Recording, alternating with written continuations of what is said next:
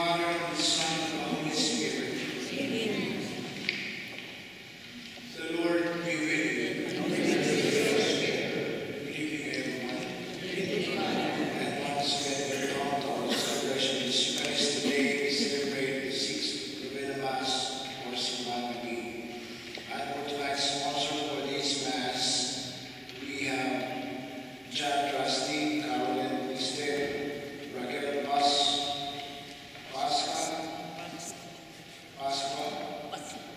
Pasko. Elisa Gabasin, Aurelia Maglar family, Odette Courts family, Lawrence Rosa family. And also in this Mass, we pray for Thanksgiving, breaking of life, being to Ellen Jones Saklan.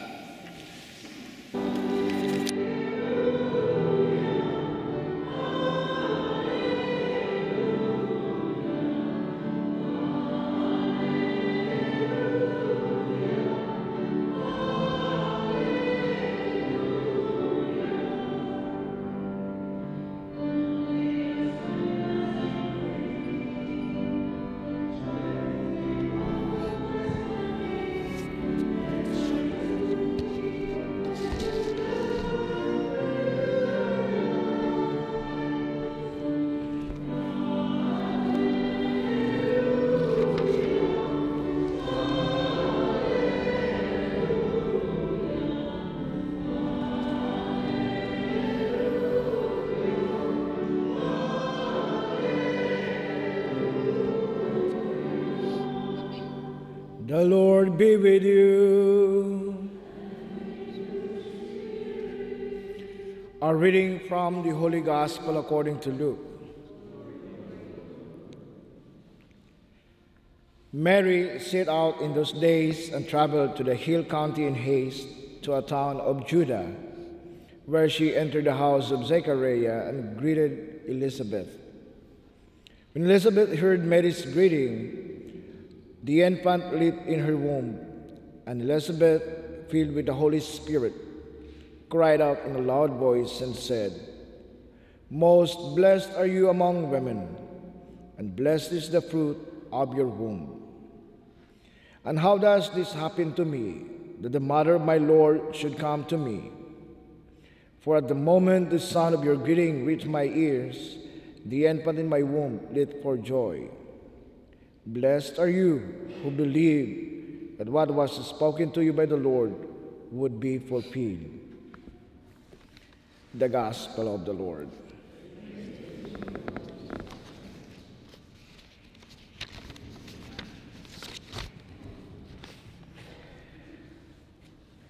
Mrs. Wheeler put her roast in the oven, and she and her husband went off to the church for Sunday liturgy. She was sure that the pastor would finish on time and that she would return home before the roast had overcooked. But as she went inside the church, she learned that it was a special Sunday because it's a celebration of Mission Sunday, and a famous guest speaker would preach. Mrs. Wheeler sat in the last pew, and her husband sat in the front pew, right under the pulpit. Then the speaker went on, and this woman was so concerned about her roast.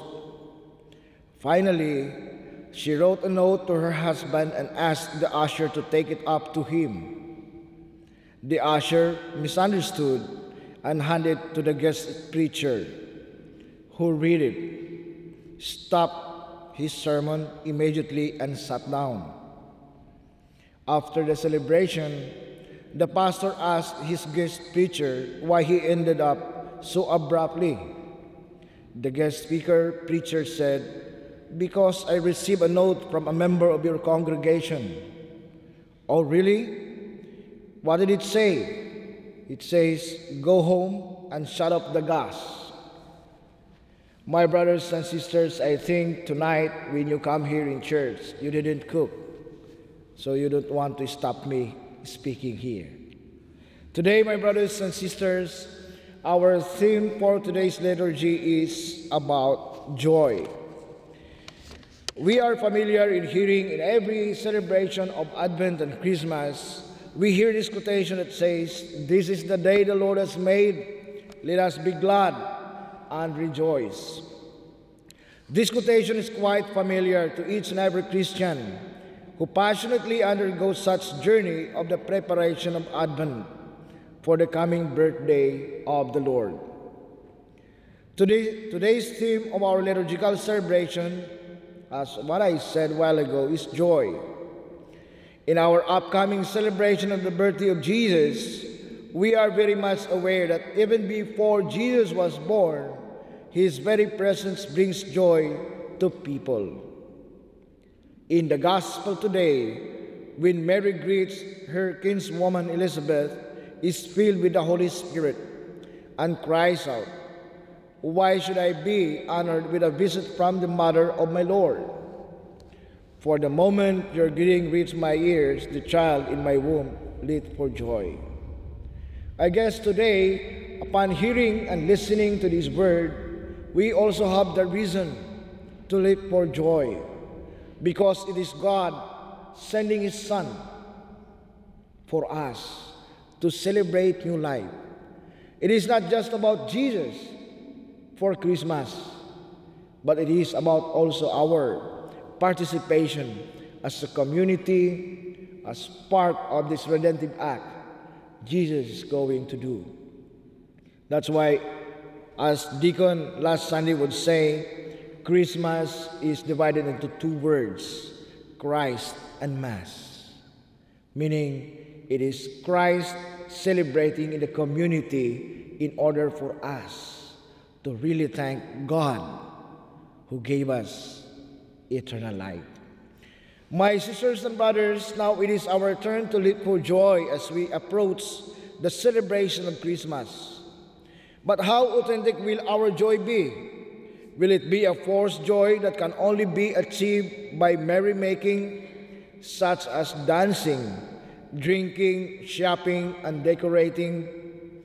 Will it be a joy of escapism from responsibility to the frantic pursuit of pleasure?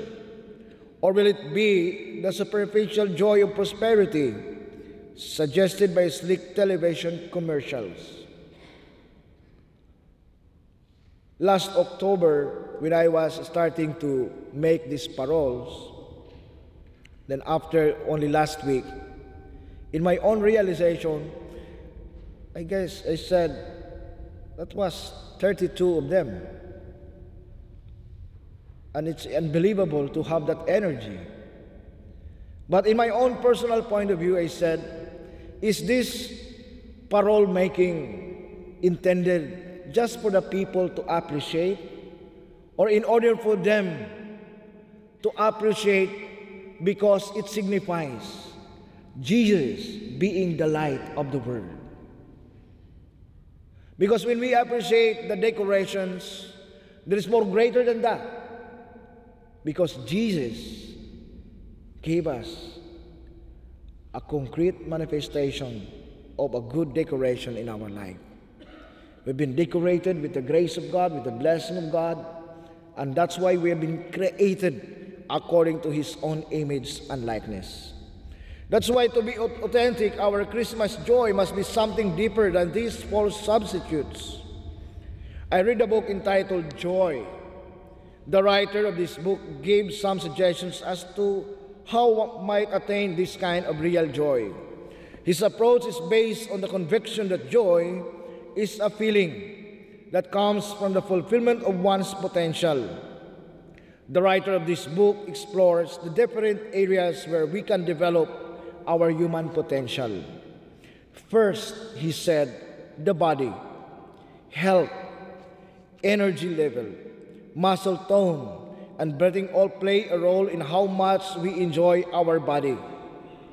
That is, adequate exercise, sufficient sleep, and proper diet are important for the well-being of our body. Second, personal functions. Developing skills, increasing sensory awareness, improving our mind, and getting in touch with our feelings all contribute to a fuller enjoyment of life. And third, interpersonal relations. We experience joy when we achieve a balance in being with people and being alone, in being independent and in receiving support, and in being affectionate without greeting in goal.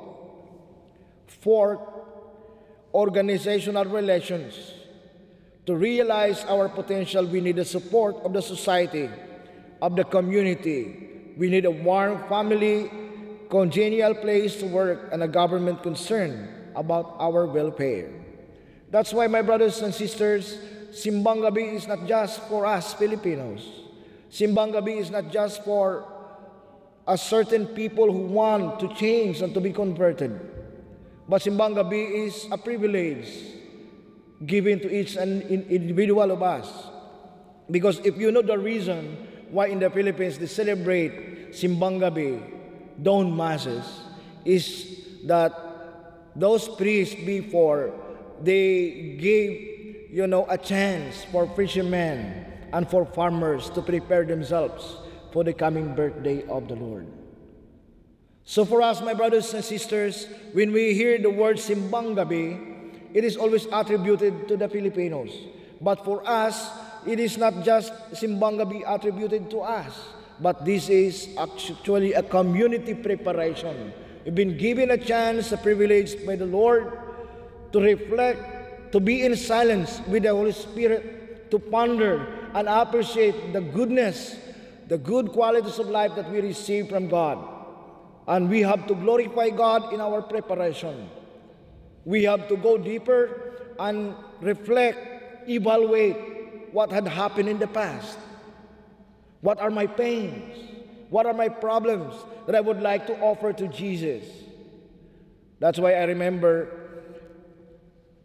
when I asked my nephew, a little boy, I said,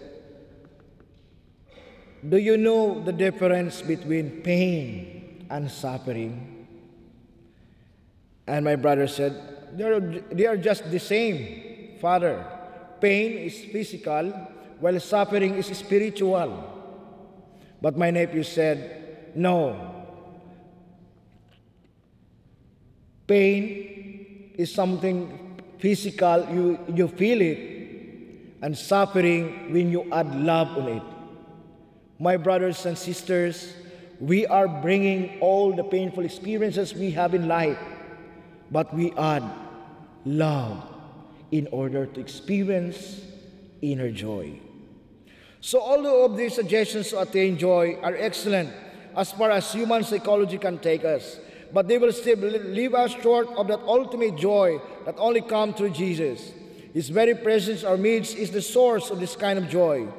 His in creation, in the sacraments, and in His people should make us jump for joy, the way John the Baptist did. Even when we cannot achieve our full human potential in some of those areas, we can still experience a profound interior joy because Jesus is in our midst. The power of His presence enables us to endure difficulty, transcend any trial, or overcome any obstacle in our journey of life.